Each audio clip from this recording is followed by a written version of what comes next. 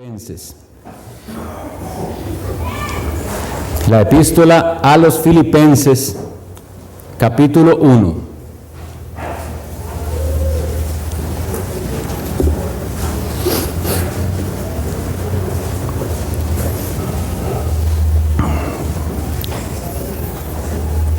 Vamos a leer los versículos 9 y 10.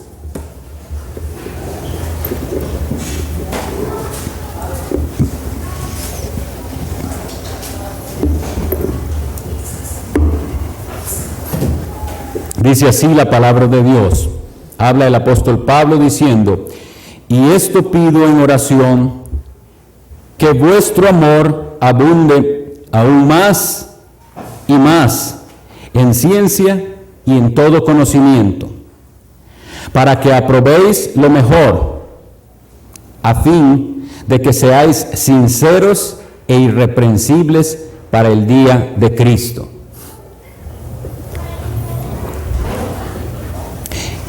El elemento para analizar en esta noche del amor que profesamos a Cristo verdaderamente podría incluirse en el elemento que estuvimos estudiando la vez anterior, la santidad y el progreso y la búsqueda de la santidad. Sin embargo, es considerado tan importante que lo vamos a ver aparte, y tiene que ver con la fidelidad de los creyentes a la palabra de Dios.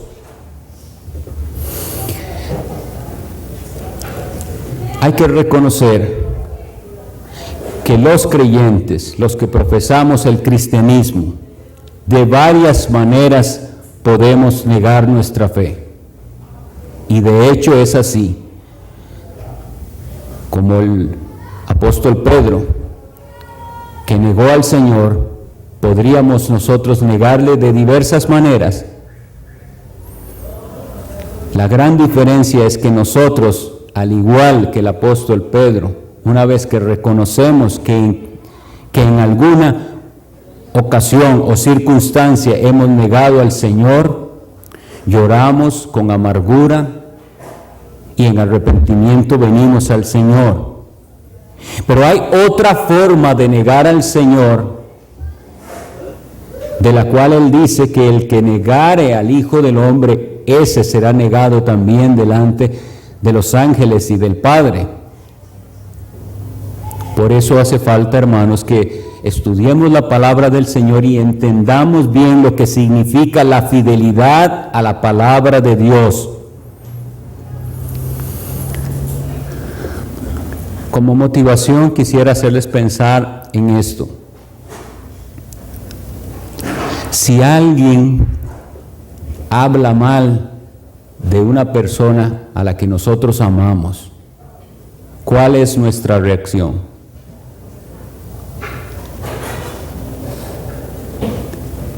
Si alguien habla mal de alguien cercano a nosotros y nosotros nos quedamos como si no hubieran dicho nada, es porque nosotros verdaderamente a esa persona no la amamos, porque difícilmente alguien que ama va a soportar que se digan cosas malas o incorrectas de una persona a la que nosotros queremos. Mucho más si esa persona ya no está. Por ejemplo, si en ese momento alguien dijera algo negativo de mi padre que recién partió, ¿cómo creen que actuaría yo? Como si no pasara nada. No, yo reacciono en defensa de aquella persona a la que le profesé cariño.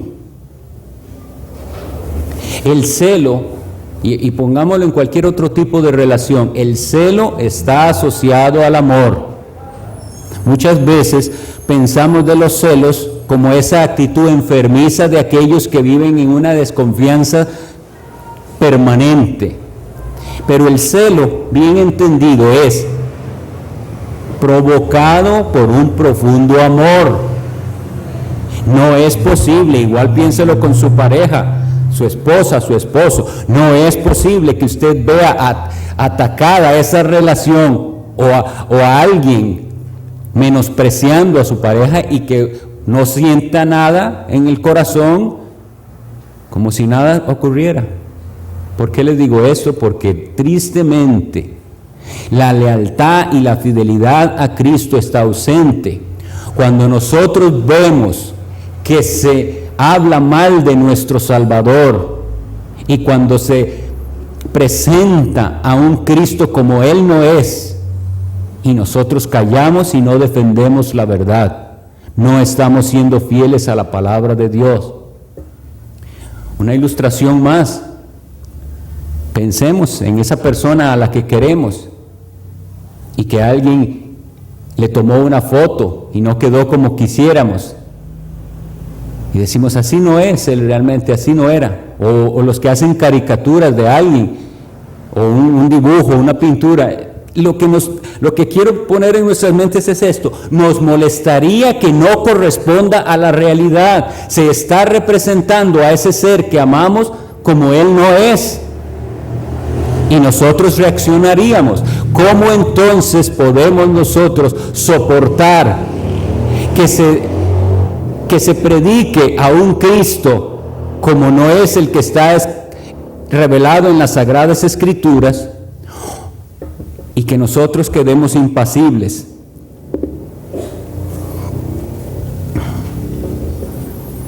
Esta es la razón: la fidelidad a la palabra de Dios y a que se tenga un correcto concepto de lo que es el cristianismo es lo que llevó a nuestros antepasados a confeccionar confesiones de fe y declaraciones de fe.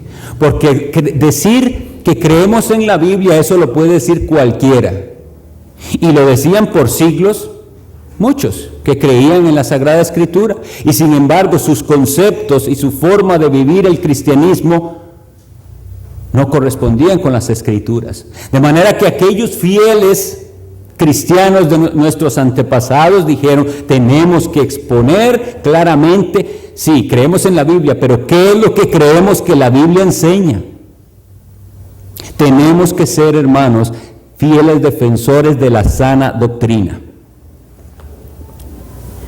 Y por eso es que en este versículo que leímos, el apóstol dice que él pide en oración que nuestro amor, vean qué interesante la conexión que hay, que nuestro amor abunde aún más y más, no como un sentimiento, no como una emoción, sino abunde más y más, como dice el versículo, en ciencia y en todo conocimiento. El amor a Cristo está ligado a la ciencia y al conocimiento de la palabra de Dios. No hay un verdadero amor a Cristo si nosotros no estamos interesados en conocerle más y más. Si no estamos interesados a ir y estudiar la palabra de Cristo para saber cómo es Él y qué es lo que Él pide. Recordemos, constantemente debemos hacerlo, el mandamiento que dio a sus discípulos, enseñándoles todas las cosas que os he mandado. Por eso el amor a Cristo está relacionado muy estrechamente con el conocimiento de la palabra de Dios, de la verdad.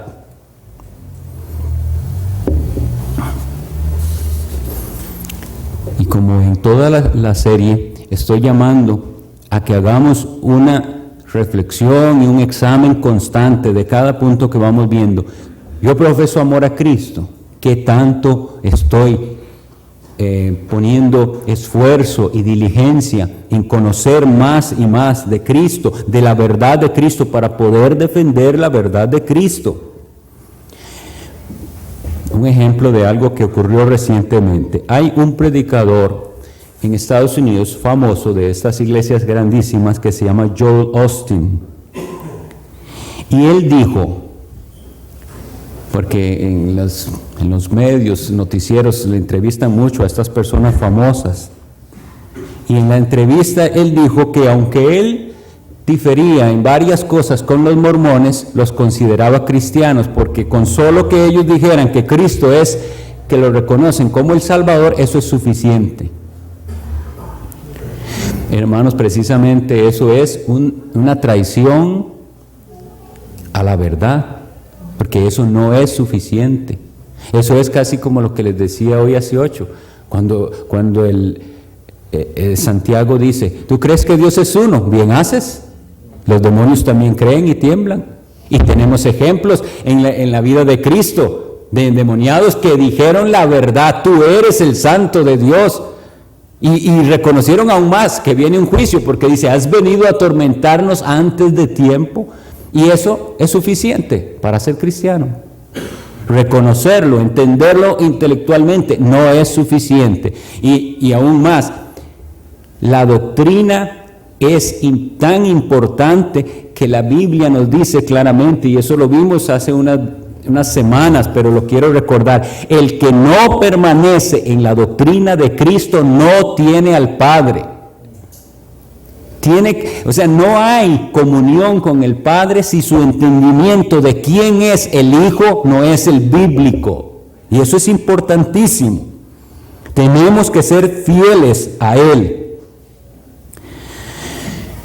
Este tipo de declaraciones de hombres tan importantes, digámoslo así, importantes en este mundo, porque no podemos negar que si una persona es dirigente de una iglesia que tiene, ¿cuántos dicen? 30,000 o 40,000, no sé, un número exagerado de personas, y si esas personas están siendo guiadas por alguien que está tan ciego, ¿qué es lo que dice la Escritura? Que si el ciego guiare al ciego, ¿qué ocurrirá? Ambos caerán en el hoyo.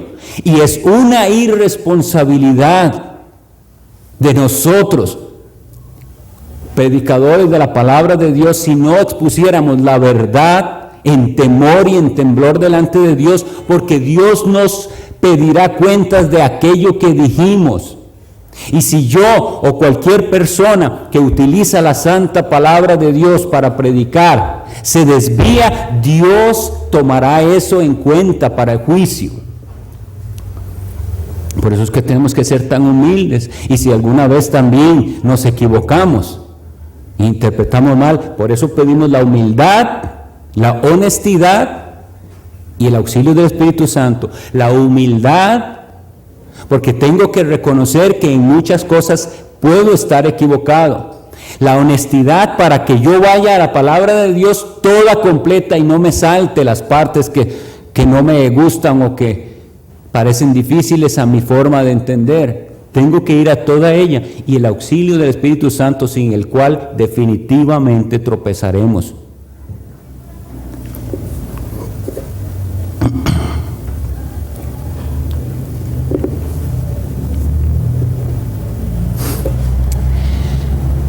El concepto que nosotros tenemos de Cristo no puede ser menor que el concepto que Dios Padre tiene de Cristo. ¿Qué es? ¿Cómo es que se presenta al Mesías, al Cordero de Dios exaltado? Esas cosas nosotros tenemos que tenerlas y tenerlas bien claras, los atributos de Cristo. ¿Quién es Él? ¿Cuál fue su ministerio en la encarnación, cuando vino y fue y cumplió su función como profeta, como sacerdote y como rey del pueblo escogido? Esos detalles los dice la confesión de fe que nosotros abrazamos extensamente. ¿Quién es Cristo y cuál fue su ministerio? Y está claramente ahí. Y es nuestro deber abundar más y más en el conocimiento de Cristo. La Biblia nos manda a hacer todas las cosas, mire, todas las cosas, de palabra o de hecho, dice, lo que vayan a hacer, háganlo en el nombre de Jesús. ¿Quién es Cristo entonces? Que no puedo hacer nada, ni siquiera de palabra, ni de hecho, si no es en su santo nombre. Único mediador, único salvador, el Rey que viene. Tenemos que reconocerlo así y no permitir ni la más mínima variación de los atributos divinos y humanos del Salvador. versículo 10 nos da, y en esto, hermanos, podríamos ampliar muchísimo. Solo estoy dando un repaso de lo importante que es tener clara la doctrina de Cristo, porque si no entendemos la doctrina de Cristo, ¿a qué vamos a ser fieles? ¿Cómo vamos a saber cuando se está ofendiendo esta doctrina? Pero una vez que pienso que tenemos esa motivación de conocer más a Cristo y más de su palabra, nos dice Pablo algo más, el apóstol, en el versículo 10. ¿Cuál es la razón? Para que aprobéis lo mejor, a fin de que seáis sinceros e irreprensibles en el día de Cristo.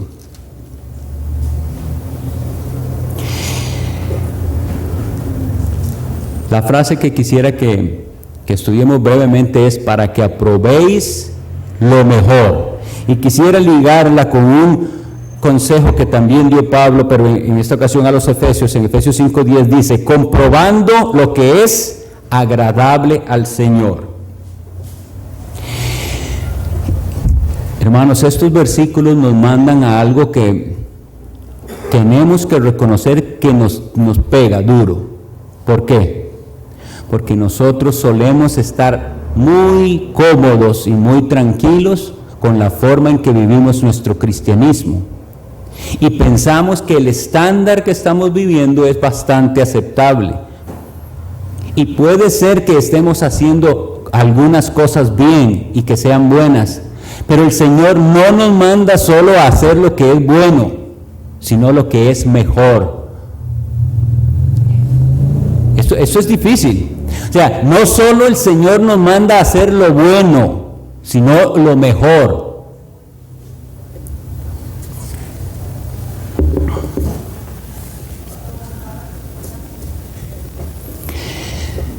No solo se trata de tener claras algunos cuantos deberes cristianos y cumplirlos. Se trata de cómo los cumplimos. Y a eso es a lo que vamos a entrar. Vamos a poner primero nuestra mirada en lo que hacemos diariamente, para que el Señor nos ayude a salir de la mediocridad. Y todos creo que estaremos afectados en alguna área. ¿Cómo hacemos las cosas desde que nos levantamos hasta que volvemos a nuestra cama? Las cosas que hacemos, ¿las estamos haciendo por hacerlas, solo por el cumplir, o estamos procurando en cada cosa que hacemos, hacerlo de la mejor manera? Todo lo que hacemos, nuestro trabajo, nuestras labores cotidianas en la casa, los oficios domésticos, todo lo que hacemos el Señor nos manda no a hacerlo bien, sino a hacerlo aún mejor. Pero para hacerlo mejor tengo que instruirme, porque yo no sé a veces cómo se hacen las cosas bien, y tengo que tener esa humildad, tenemos que tener esa humildad de ser enseñados. Yo no sabía hacer ciertas cosas, y voy y busco cómo hacerlas, y aprendo a hacerlas, y quiero hacerlas aún mejor. Hay muchas áreas en las que el Señor nos manda a aprobar lo mejor, pero una de ellas en las que vamos a tomar un tiempito hoy es en nuestra forma de adorarle, en la forma en que nosotros adoramos al Señor. ¿Estamos aprobando lo que es mejor o nos quedamos nada más con algo que es suficientemente bueno? Vamos a empezar por nuestra forma de orar. Dios suele hacer esto con nosotros, nos llama a poner atención en un tema y nos repite muchas veces algo en la mañana, más bien nos dice algo en la mañana y nos lo repite en la tarde. Dios tiene sus intenciones, y una de las cosas que debemos de ver es cómo estamos orando, bien o podemos hacerlo mejor. Número uno, para saber cómo orar, nosotros tenemos que tener bien claro que no podemos orar sin entender la necesaria mediación de Cristo y sin entender que la oración se realiza con reverencia. Cuando nosotros oramos, vamos a atender esto por si estamos equivocándonos, cuando nosotros oramos en el nombre de Jesús, No sé, la frase en el nombre de Jesús tenemos que eliminarla como una especie de amuleto al final de todas nuestras oraciones. Decir después de una serie de palabras en el nombre de Jesús, amén, no es necesariamente orar en el nombre de Jesús. Porque si no entendemos quién es Cristo y por qué necesito su mediación, no estamos orando en su nombre, estamos orando utilizando, como les decía, esa frase en el nombre de Jesús como el amuleto, como la superstición de que si digo esto ya Dios me escucha, tengo que decirlo, y si no lo dije al final, y ojalá que tiene que decirlo al final, y algunos repetirlo muchas veces en su oración. Y estamos pidiendo algo y cada rato volvemos a decir que en el nombre de Jesús y otra vez y esa repetición de decir en el nombre de Jesús no necesariamente es que estamos orando en su nombre. Una sola vez que mencionemos a Cristo y nuestra necesidad de su mediación, ya estamos orando en su nombre.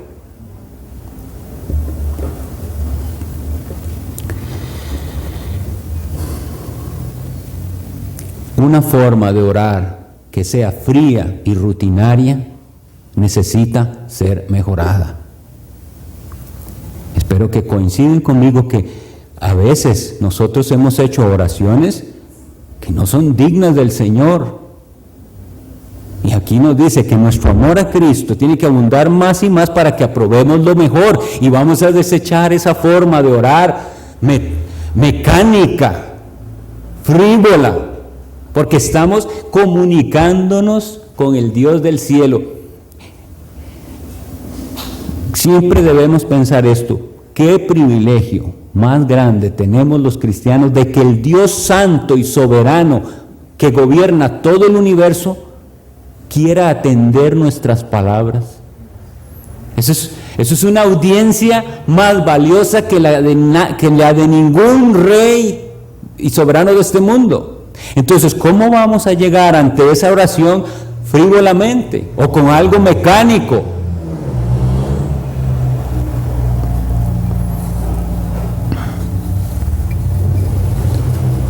Podemos mejorar, hermanos, la forma en que oramos. Nuestros tiempos de oración tienen que mejorar. ¿Cómo mejoran? Siendo más frecuentes, siendo más extensos y siendo más en deleite. Puse de primero esta práctica de la oración porque es la devoción privada la más importante, la que nos capacita a después hacer una oración, una devoción pública, una adoración conjunta en la iglesia.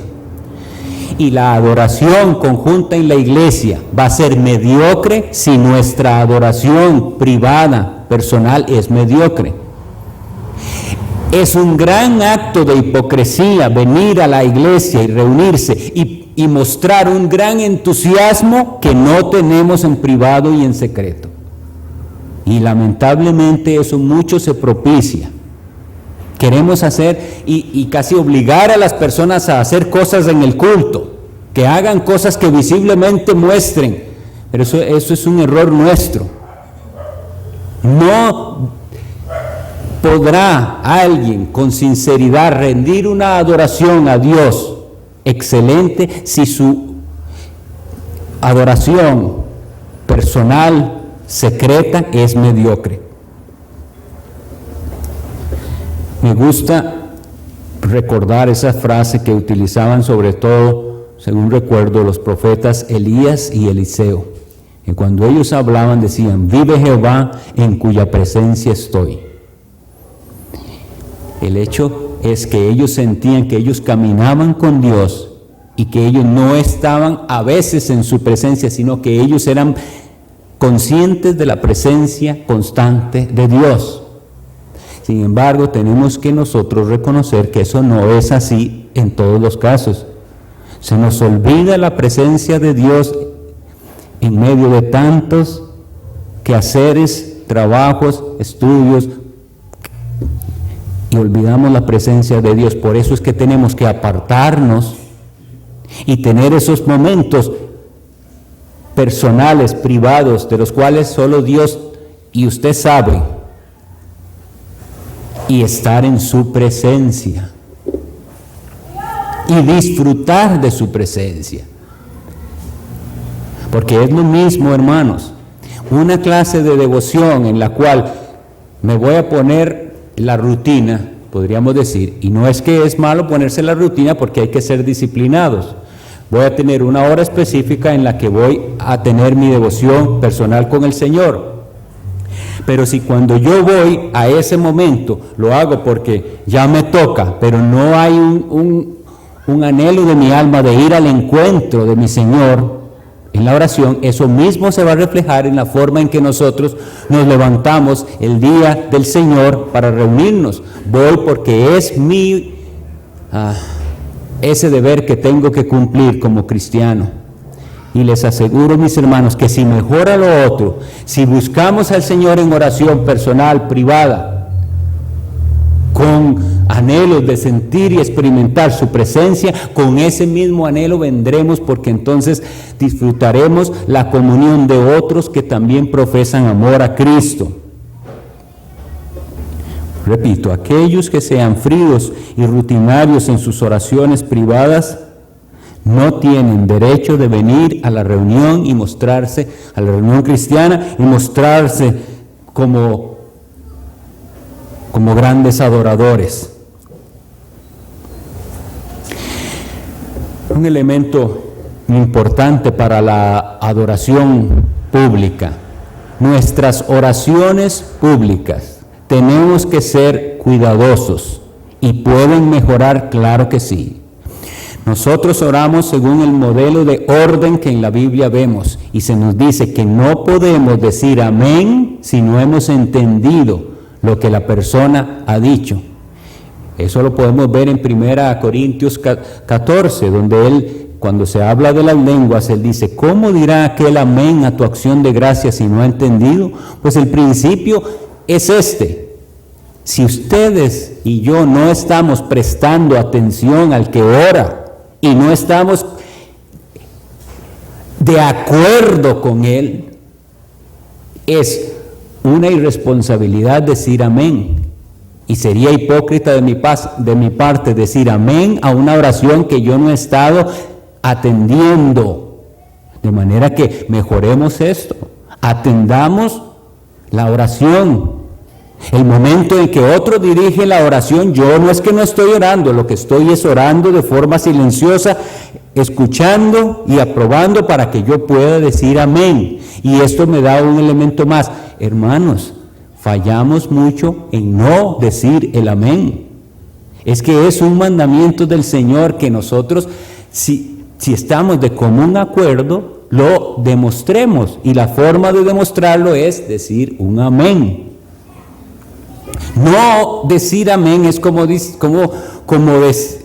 desconectarse. Fue él el que oró, no tiene que ver nada conmigo. Pero si la oración es una oración conjunta, deberíamos siempre decir el amén. Tenemos que pedir al Señor que nos enseñe o que nos capacite para ser más conscientes de su presencia en el culto público. Muchas de nuestras actitudes incorrectas en el culto público es porque no somos conscientes de su presencia.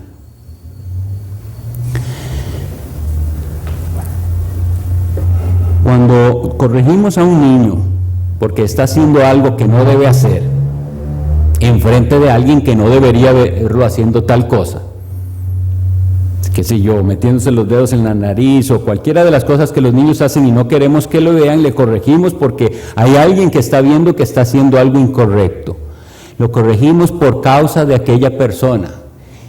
Si nosotros no corregimos a nuestros niños o a las demás personas en la iglesia, es que no estamos de acuerdo, no estamos reconociendo la presencia del Dios Santo aquí. Entonces esa es la razón por la que nosotros vamos a procurar reverencia, atención, respeto. El silencio es una muestra de reverencia. Si tenemos que decirle algo a otra persona, se le decimos muy cuidadosamente. Si tenemos que hacer cierta actividad, salimos, porque el momento es un momento especial. Esto no es cualquier reunión. Y si nosotros no aprendemos eso, estamos ofendiendo el nombre del Señor. ¿Podemos aprender a aprobarlo mejor? Yo creo que sí. Los esfuerzos que se hacen para que tengamos la actitud correcta en la iglesia, a veces hasta da dolor pensarlo. Vamos a trabajar en un acondicionamiento para que esa no sea la excusa de que la gente se esté durmiendo en el culto. Y estamos tratándoles casi como a niños, pero tratando de que el ambiente y las circunstancias no sean ese tropiezo, pero la persona que no ama a Cristo y que no se regocija en su presencia se va a dormir siempre. Y no va a mostrar ese interés, es que no es con él, no es conmigo, pero cuando yo sé que lo que están diciendo ahí, eso es para el bien de mi alma. Esta persona preparó un sermón para el bien de mi alma, para mi progreso espiritual. ¿Cómo voy a estar yo indiferente y durmiéndome? Hermanos, que el Señor nos corrija y aprobemos lo mejor en cuanto al culto, porque fácilmente podemos caer. Esto es algo que yo lo he visto y lo he experimentado, en el hecho de que pensamos que como no hacemos escándalo como en tal o cual iglesia, ya estamos muy bien. No es así. Siempre que vemos al que está peor, entonces nosotros no podemos progresar. Nosotros nos medimos con este estándar de la Biblia y estamos muy lejos de hacer el culto con la reverencia que el Señor manda. Recordemos lo que dijo en Habacuc: Jehová está en su santo templo, calle delante de él toda la tierra. El templo de Dios sois vosotros, dice Pablo. Está aquí, hermanos. Es que es un acto de incredulidad el nuestro, el no entender que aquí está el Señor y que nuestra actitud le ofende. Que el Señor nos haga entonces más fervientes en la oración y más conscientes de su presencia en el culto. Nuestra forma de leer y meditar en la palabra de Dios.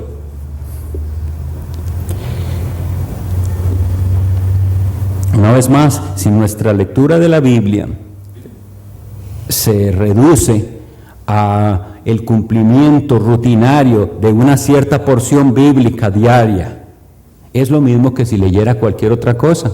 Tengo la costumbre de leer el periódico todas las mañanas, el que la tiene, o tengo la costumbre de ver, de tener una lectura, y eso no hay gran diferencia. Lo que es, lamentablemente para muchos, la lectura de la Biblia es un motivo para que la conciencia sea aplacada.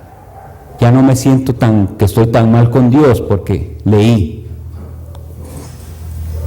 Y como les decía, nosotros que nos acercamos a la Biblia, que lo hacemos con humildad, con honestidad y pidiendo el auxilio del Espíritu Santo. En la lectura de la Biblia personal y aquí en la iglesia también, o en la exposición de la Biblia, nuestras mentes van a divagar. Esto es una realidad. Nosotros no podemos negar lo que es. Nuestras mentes divagan. Y nosotros tenemos que hacer un esfuerzo por impedir que esos pensamientos nos hagan perder la bendición de la exposición bíblica. Porque aquí estamos nosotros reunidos en el día del Señor, pero cada uno de nosotros tiene algo pendiente, algo que no logró terminar, algo que tiene que hacer mañana, algo que tiene que hacer cuando va a llegar, una preocupación, un problema que no ha resuelto, una tribulación. Todas esas cosas vienen a nuestra mente, eso es de forma natural, pero si nosotros nos dejamos llevar por eso, venimos a la iglesia y entonces es cuando podemos decir: entré, pero salí igual. porque no hicimos ese esfuerzo en auxilio del Espíritu Santo de desechar todas las cosas que nos están impidiendo nutrirnos de la palabra de Dios, atenderla. Y por eso es que muchas veces nosotros se nos hace tan necesario la repetición. Algunos que sí pondrán atención dirán que majadería, ¿verdad? Que ya eso lo habían dicho.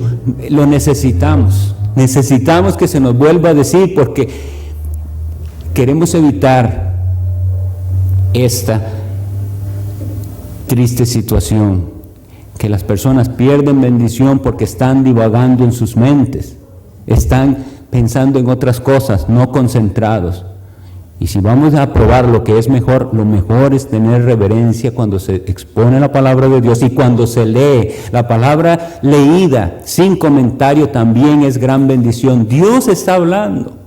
¿Por qué leemos la Escritura de forma continua y seguida?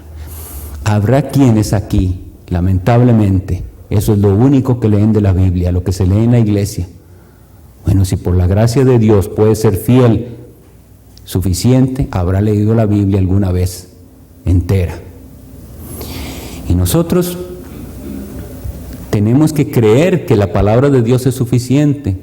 Hermanos, estamos hablando de la fidelidad a la palabra de Dios y a veces pensamos que necesitamos algunos de los métodos que están usando en otros lados y que hacen que la gente sí venga y sí sea fiel y sí invite.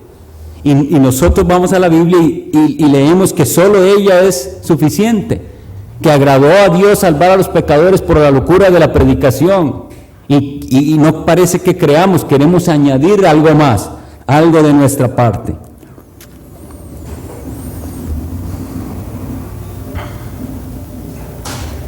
Si nosotros, la meditación y el estudio de la palabra del Señor no es central para nosotros, ¿cómo vamos a detectar eso que les decía de que se esté representando mal el cristianismo?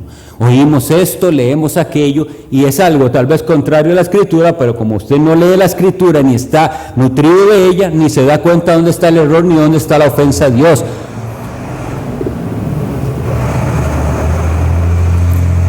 Cuando nosotros escuchamos las doctrinas, por ejemplo, que predica un testigo de Jehová, si usted no siente algo en el corazón que le arde porque están representando mal al Cristo nuestro Salvador, no hay amor por Cristo.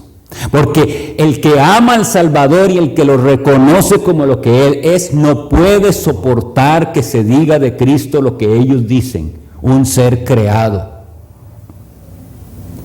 Nosotros vamos a la Biblia y vemos que Él es el eterno Hijo de Dios, el Verbo que se hizo carne, el Cordero de Dios que derramó su sangre por el pueblo y que Él fue sustituto de los suyos.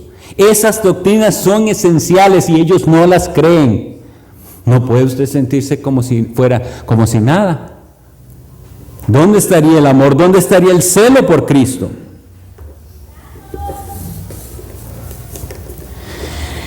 Volvemos al culto público y a nuestra forma de cantar. Dice el Salmo 47:7. Si gustan lo ven, pero es breve. Salmo 47:7 nos dice algo importante. Jehová de los ejércitos, 47:7 dice así: porque Dios es el Rey de toda la tierra, cantad con inteligencia.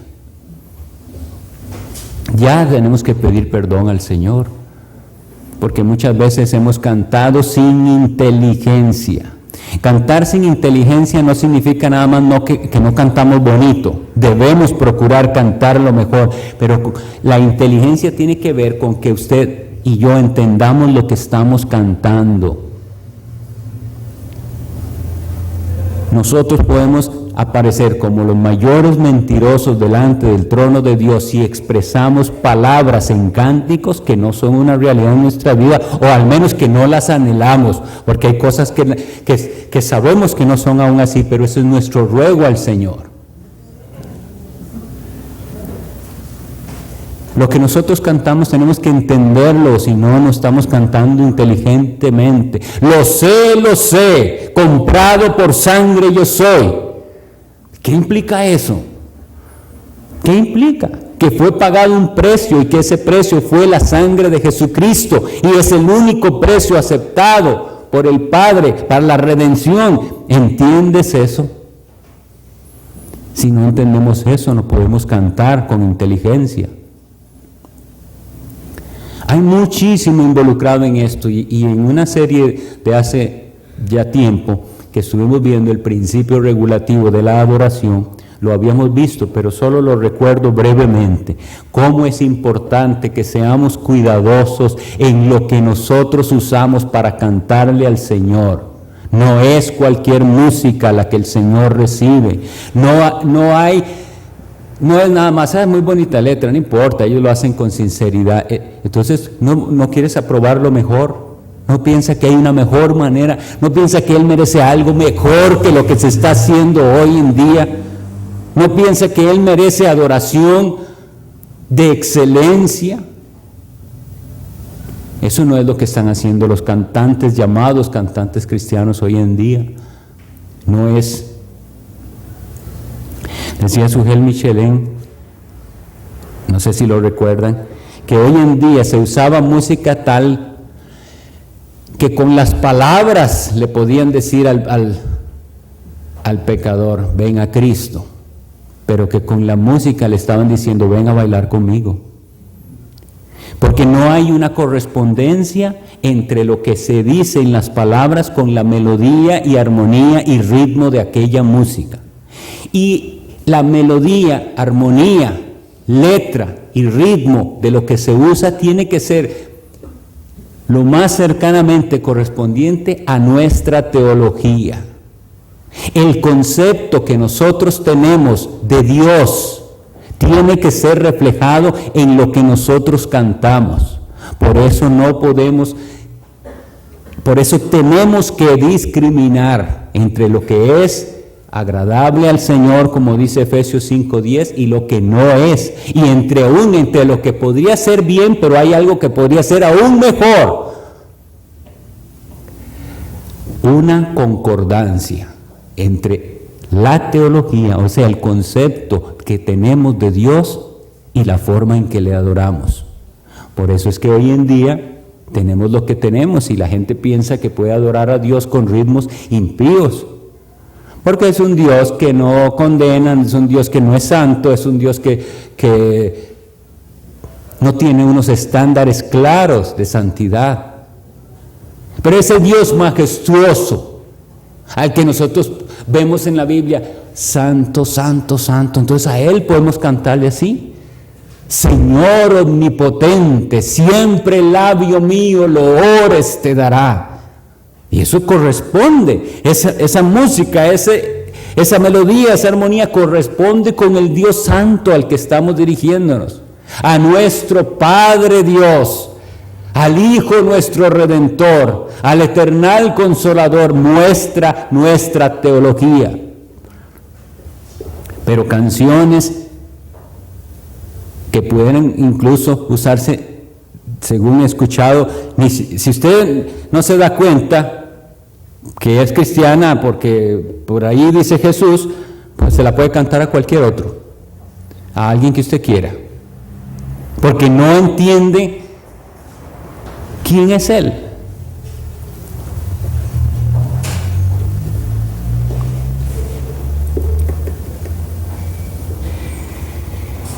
La tendencia del último medio siglo para adaptar la adoración a los gustos mundanos es una rebelión del mandato que nos dice aprueben lo que es mejor. ¿Qué más hacemos en nuestro culto al Señor? Y si somos fieles a su palabra, debemos hacerlo de la mejor manera. Nuestra forma de dar. Una parte integral de la adoración siempre ha sido la ofrenda. Desde el principio en el que el hombre invoca el nombre del Señor, se presenta ante Dios con ofrendas. ¿Cuáles son las ofrendas aceptables? Las que vienen de un corazón agradecido. Brevemente recuerden, y si no, les invito a leer el relato de David cuando iba a traer el arca. Y él va a ofrecer un sacrificio. Y el arca estaba en la heredad de un hombre que, si no recuerdo mal, se llama Obed-edom. Y él le dice: véndeme esta heredad, véndeme esta parcela, por decir algo, porque voy a ofrecer sacrificio a Jehová. Y el hombre le dice: tómela y yo le doy los bueyes para el sacrificio y le doy la leña, le doy todo, hágalo. Y él dice: lo pagaré por precio, porque yo no voy a ofrecer a Jehová algo que no me cueste. ¿Qué actitud más diferente? Ese es el hombre que tiene el corazón conforme a Dios. Nosotros queremos dar a Dios un estilo de adoración que no nos cueste y irnos por el lado fácil siempre, evitar toda clase de reglas. Igual en el dar, por eso muy bien llaman en ciertas iglesias al dar limosnas, porque es lo que sobra, pero al Señor se le dan las primicias. De lo que recibimos, lo primero que debemos apartar es aquello que le corresponde al Señor, y lo damos conforme el Señor nos ha prosperado. Y es algo no de momento. Por eso es que las ofrendas no pueden ser por coacción. Lo único que es necesario decir en el culto es que se van a recoger. No es que en ese momento usted, porque le impulsaron a hacerlo, va a dar. No, entonces usted no se propuso en su corazón dar. Es algo de lo que ya nos hemos propuesto, que de lo que el Señor nos bendice, nosotros le damos a Él, y eso es parte de nuestra adoración a Él. Pero es algo que nosotros no hacemos al pálpito, no hacemos por emoción momentánea. Nosotros lo hacemos con inteligencia, sabiendo lo que estamos haciendo y con corazón alegre. Nuestra forma de dar, si es,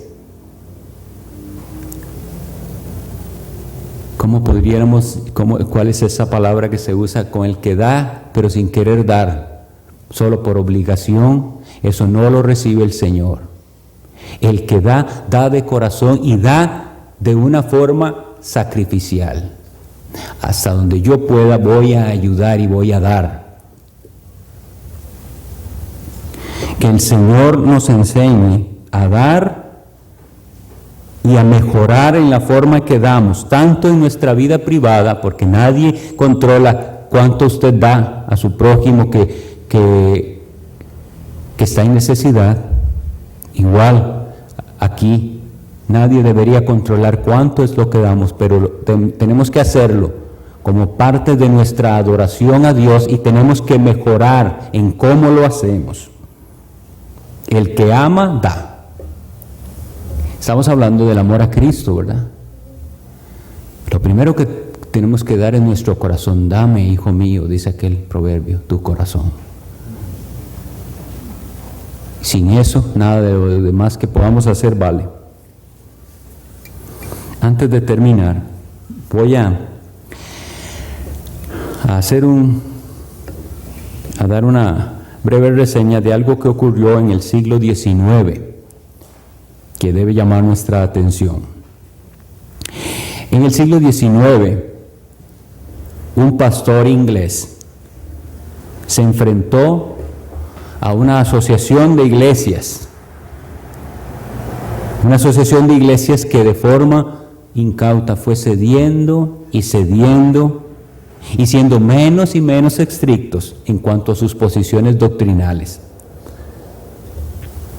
Las posiciones doctrinales de esa asociación en Londres fueron siendo más y más permisivas, hasta que este pastor inglés decidió que su iglesia iba a ser sacada de la Unión Bautista de Londres, porque él consideró que estaban traicionando las verdades bíblicas. Y el conflicto fue tal que los últimos 5 años de la vida de este pastor, su salud se dice que se deterioró tanto por el triste estado de ver y del pleito de la controversia que hubo.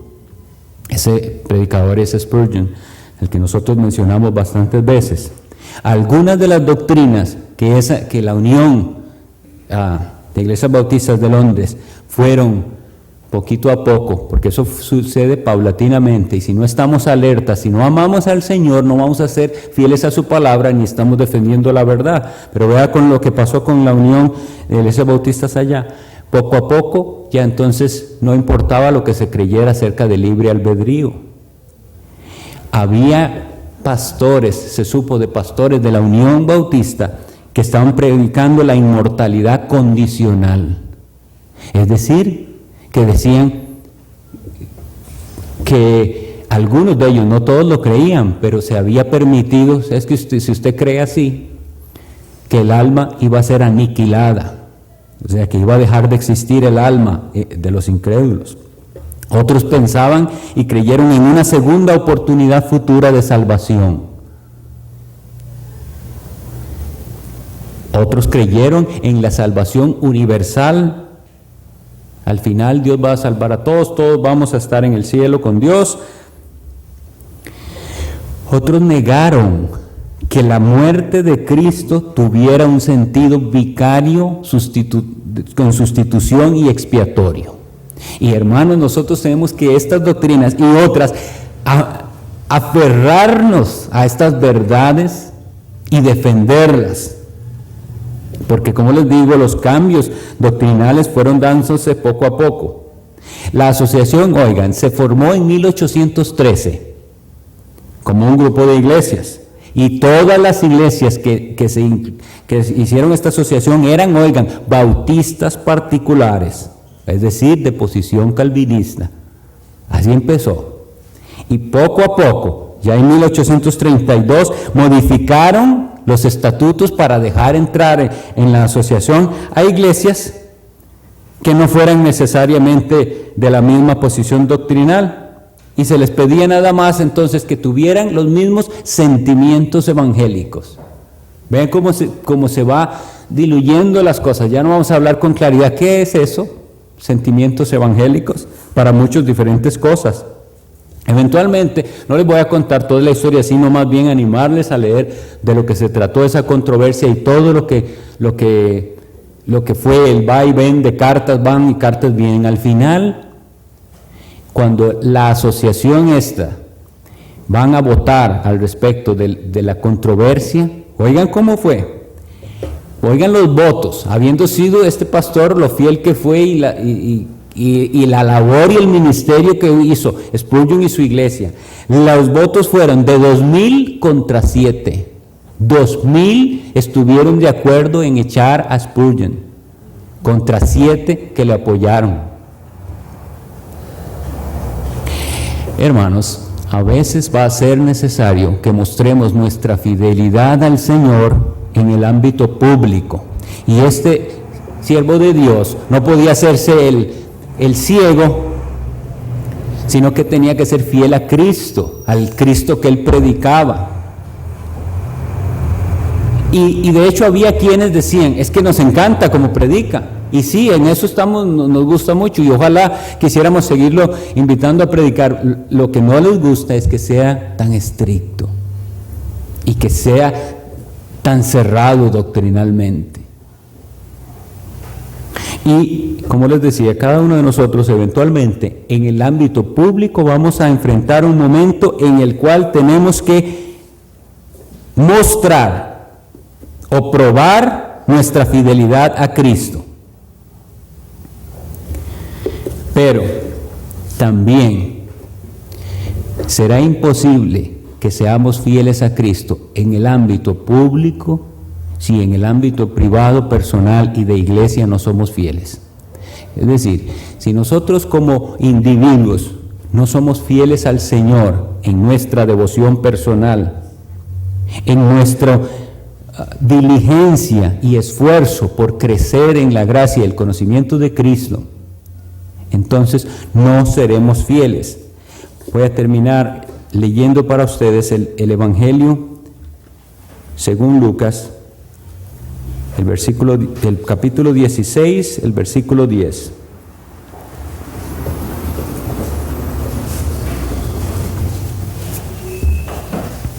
Lucas 16:10 dice esto: el que es fiel en lo muy poco, también en lo más es fiel.